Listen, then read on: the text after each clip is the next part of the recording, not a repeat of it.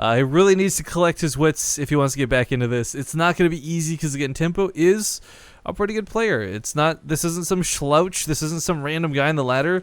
This is a competitive tournament in Tempo. He's looking pretty good in game number 1. We'll see if he can follow through here. Let me just get his intro song queued up. Oh yeah. Just gonna Tell me when you're ready. Hey, it's playing. Alright. Top right spawn location. Spawning is our pink Zerg player for IVD. It is Tempo. And his opponents in the top left play for Alloy Esports, the purple Zerg player, Apophis.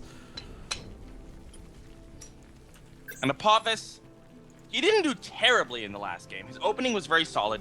I just feel like he didn't quite know what to do when it started to spiral out of control when he was forced to make those 26 lings to defend. It spiraled out of control when Tempo got those Mutalisks out. Wow. Wow. That's alright, ladies and gentlemen, I'll be here all night. No, but you're right. Like, I think if Apophis was left to his own methods and he could just play the game straightforward, he would have a pretty strong game. But as far as reactions go, we definitely sensed some weakness in that first game. I mean, whether it was throwing down the Spire much too late or whether it was the overreaction of Lings. One key thing that he's going to need to do this game is make sure he's a little bit better off on scouting. I mean, again, he lost 2 Overlords early on, and that really sucked. That really did hurt him a bit. Not just in the mineral count, not in supply block, but due to the lack of information available to him. Because, of course, if that Overlord had been there still, he would have seen Tempo only had like 6 lings, and they didn't need to make 20. Yeah, exactly. And unfortunately for Tempo rather, this map is probably going to be less likely to have a lot of Overlords around the naturals, so Apophis shouldn't be losing as many Overlords, if any. Yeah, and unlike Heavy Rain, there are actually limitations to where a Queen can go between the cliff, between the crevasse and the rocks and what have you, but let's check scouting for now. Tempo gonna walk upon his opponent and of course reveal his location in the process of doing so. Apophis did go south first, but immediately pulled the Overlord to go up towards Tempo's base afterwards, so not gonna waste any time with that. Mirror builds out of them both so far until just now. We have Apophis going for the gas a little bit earlier than Tempo, with both of them going for a hatch then pool. Tempo looks to be playing gasless for now. But looks to be deceiving. Yeah, I mean, he can go for gas the next 10 seconds or so, but if not, I'm gonna assume he's just gonna play gasless. I have literally zero context for saying that, other than just it fit the sentence. Actually, you know, I am a bit of a favor. I like gas opening, or gasless openings rather, if you sense aggression from your opponent. Like, if Apophis was coming at Tempo with speedlings in game 1 and Tempo reacted by going gasless in game 2, that'd be fantastic. But I actually find gasless openings kind of leave you a little bit weaker if you're going to be the one who's going to be aggressive. Yeah. What it does is it segues very nicely into roach-based play with upgrades. Because the creep spread you get from the additional queens helps the roaches and the hydras later on very, very much. Whereas going for gas, it opens up more options for you. You can still go for roaches, you can go for spire, you can go for earlier lair, you can go for double upgrade lings, you can go for so many things, which is why I personally prefer gas. But as you said as well, gasless is also very nice for being able to defend. And if Apophis does decide to throw out some aggression, he's going to be hard pressed to break Tempo. See, this is the big thing for me too. Like, Tempo, I don't know if it's something that he read off of Apophis last game. Maybe they've played before. I have no idea. But like, I think his reaction going into this game was like, okay, I just won pretty well. This guy's gonna try and end it early so that I can't get to Mutalisks again. And while kind of as a blanket blind move, that's cool. It's not at all what's happening. And again, like the spine crawler even just seems like a bit of a waste to have come down so early.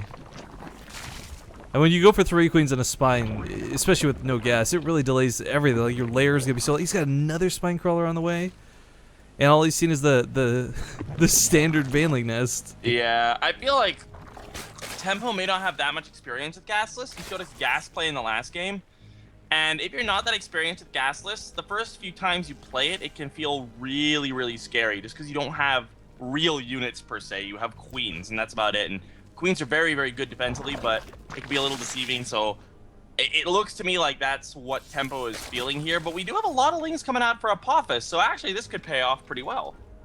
It might just end up doing that. Yeah, it's weird to consider, but now he's taking his gas or getting those extra gas. He's got a hatchery turning out into a lair as well. If the thing is, like with Tempo's overlords, if you see this many Zerglings coming out and Banelings on top of this, it's not even making 14 of your own Banelings or Zerglings in response. It's just throwing down a third evolution chamber, and you're just set with 3 queens and a spine crawler. What I don't understand for Tempo is that it looks like he's going Spire off Gasless, which really is not recommendable because it's just not very good. No, it is the Roach Warren. There we have Roach Warren. There we go. Generally, you're going to want the Roach Warren to come down around like 7 minutes latest, but this isn't that late. It's still odd to see him take all 4 of the gases, though. Not that that's a bad thing per se, but typically you take the one gas a little bit earlier and then segue into like getting the extras. But Apophis is going to be doing roaches himself, so 1-1 on the way as well. I like this. I like the early upgrades if you can fight in those sort of little battles, but if you kind of hinder on it for too long, it really becomes numbers more than anything else. Like if you've got, it doesn't matter if you got 3/3 roaches if you only got 12 of them. That's why there's extra gases. Nidus. Oh, Tempo. Can we just hang on? Whether this wins or loses, a Nidus Roar makes the game like there's like. I wish I had statistical data to support this. A Nidus Roar makes the game like 20% cooler, at least. I mean, it makes the game more interesting to watch. It's more fun, and of course you get the sick My Little Pony reference there. You get the scream as it comes out of the ground. It's fun, and Apophis is actually gonna scout this. Is he? Overlord has to. No, he doesn't.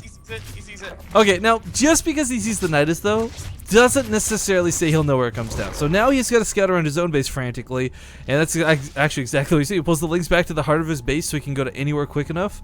There's no dead space, but I think the best place is for Tempo to put it on the high ground above the 3rd. But he's moving I agree. Over there. Well, even if he doesn't do it there, like even just as a forward reinforcement point down here in the 4th where he is putting it, I like this too because it connects you a lot closer to your opponents. Yes, very true. And right now, we're sitting on 13 roaches. How many lings to defend? 28 lings, 4 banelings. 1-1 is not yet done for Tempo, but it actually looks like Apophis is panicking and sending his lings in the totally wrong direction. They're out of position, Rifkin. Wait, did Apophis cancel his 1-1?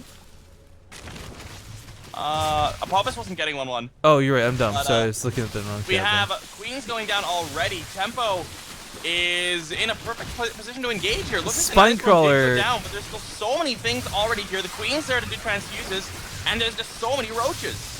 The Banelings are not going to get a lot of effectiveness here if Tempo spreads out, but they will do a decent amount of damage as far as splash goes. And now he's getting surrounded. Back is not properly against the wall, but even then, roaches are pretty darn strong. Another Nidus Worm coming in because why the hell not? There are 9 Mutalisks coming, and I think that's what Apophis is banking on, but even though he will technically be able to kill the roaches, not before the roaches kill a ton of drones. Yeah, and that's really going to be the struggle here. And meanwhile, back at home, Tempo does have a couple of queens. Even though he brought 3 queens with him, he has remade them, so he's still got injects going very, very nicely. And now a lot of drones gone down. The lair is going to go down, and the mutas just don't kill roaches very fast, especially with +1 armor. Tempo's building Spore Crawlers, Penguin. Those are his. I thought those were Apophis' for a sec. Those are his Spore Crawlers coming down. Well, they're gonna be canceled.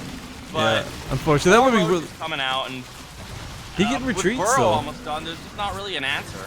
Where'd that other Nidus come down? The new one. By the watchtower. Oh, okay. But anyways, yeah, the point is like, oh, he does get the natural. He could have retreated a lot of those roaches, but I'm surprised these ones here at the 3rd aren't going in. They should have been the killing blow. Not to the hatchery, but instead to the drone line, what few drones there are. Tempo did get some nice kills there, up to 21. He actually evens out this game in a huge way and takes a massive lead because you have to cut a lot of workers to make this happen. I mean, Apophis was on a ton of drones mining off of 3 bases, but now has been knocked down several pegs. Alright, so Apophis has... he pretty much has the tech lead to end all tech leads. And he has 15 mutas out, which is very scary. So, Tempo right now, he's got Spores. Spores are going to allow him to defend this pretty easily. But, Apophis can afford to take another base or 2 pretty quickly. Oh, no, no, no, Apophis, don't do it! He's trying to focus it down. It costs him like 3 or 4 of those Mutalisks. Another Spore Crawler is available. And Tempo's in not a lot of danger. Even covering the Nidus Worm with a 2nd Spore Crawler. Really like this move. Oh, Apophis. Man, that hurt my soul. And he sees the infestation pit too, so he knows infestors are going to be up at some point. I mean, this is kind of a rough reality to deal with. I just hope Tempo doesn't try to reposition too many Spore Crawlers. If he uproots it, it's gonna die before it downroots again. Oh no, there we go. Tempo! Well, actually, I think this one would be in Really range. does I think it's in range from the first sport crawler. Nope. Not quite. Will root. Successfully gets a couple of hits off. No kills though. And now Tempo still with a supply lead, but he actually lost a lot of important tech there. Not a lot, but he lost the Roach Warren, which is very important. But with 7 infestors on the way, he is gonna have anti-air. The problem is though, his opponent's remaking those bases. Like, Apophis still has 30 drones off this. Like, I would actually really love to see Tempo just send all the roaches through the knights, which is still standing. Exactly. That's exactly. Read my mind, Penguin. That's exactly what I was gonna say. Like, he just because they're not gonna do anything sitting here at home. All right, so another one of the mutas goes down. The queen gonna try to focus another one down before it dies. It will be able to. Another queen pops on Al. The infestors are about to spawn as well. Tempo with a really big supply lead here. There's the infestors. Oh, he missed the fungal. Oh, that was the blindest fungal ever. Oh, another. That one should have hit. That was a good one, but yeah, it's a little unfortunate. But no, you're right. 100%. Like, this Nidus Worm in the middle of the map should be used right now, and it should have just had these moving across the map. But now there's gonna be a spine crawler up. He's got those 3 hatcheries having just finished up. Well, 2 extra ones, I should say. It's not looking too good for Tempo if he lets his opponent recover. That's the most dangerous scenario to be in right now. This is Apophis' weakest, most vulnerable state. With only 6, 7 Mutalisks, whatever, to defend with, like, those roaches would just go ham on the worker line. Yeah, we have tons of drones coming up Tempo, and I don't like this decision. Like, if he just pumped units, he would pretty much have just been able to finish this. Why does he have a Corruptor? Yeah, I mean, he's gonna get an Overlord kill, but why did he make a Corruptor? For what reason? He's not even gonna kill the Overlord. He's not even gonna kill the Overlord. I don't understand what's happening right now. Oh god. Okay. This base is gonna go down here. Tempo tried to sneak out some extra bases. I applaud him for that, but unfortunately, just a bit of a waste. Up the Nidus. Do it. Do it. He's got Burrow too, so he can actually hide from the Mutalisks. Worth noting. Yeah, I like this actually. Here we go. 7 or 8 roaches, 7 of them moving on forward here. You will be able to pick off this spine pretty easily. Are the transfuses going to come down? Nope, no transfuses. And he's into the drone line, going for the queen first. I like this decision. Oh, middle of the map. Middle of the map. Oh, the infestors. The infestors.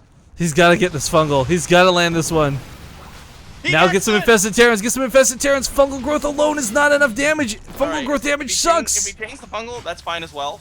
Yeah, but this is wasting like 7 fungals to kill Mutalisk instead of like 4 infested Terrans beneath it. But it looks like he'll get the job done. He needs 1. Oh, never mind. Nails it. Dominating, multi-kill, etc. With that, I mean, there's 22 roaches spawning for Tempo here. Tempo has actually managed to put himself in a great position once again. Roaches are spawning for Apophis, but his upgrades are a long way away from completing. He's got well over 400 gas spent in upgrades that are not currently done at the moment. Roach Warren's going to go down. Slayer is getting very low. Just burrow, Tempo. Just burrow. Don't even fight these things, man. He's trapped. Just burrow. Oh, whatever. If he just throws out a ton of infested Terrans too, he'll be in a pretty good spot. Another Nidus Worm comes down. I don't know where, but it was unnecessary for sure. There's the infested Terrans. They're like force fields. Yeah, they're almost like force fields, but even still, just with an A move, moves forward. Another Nidus Worm coming down, because you can never have too many Nidus Worms.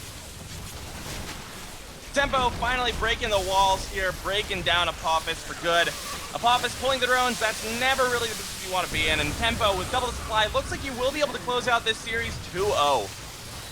GG. GG. Well played. So that's what, Tempo versus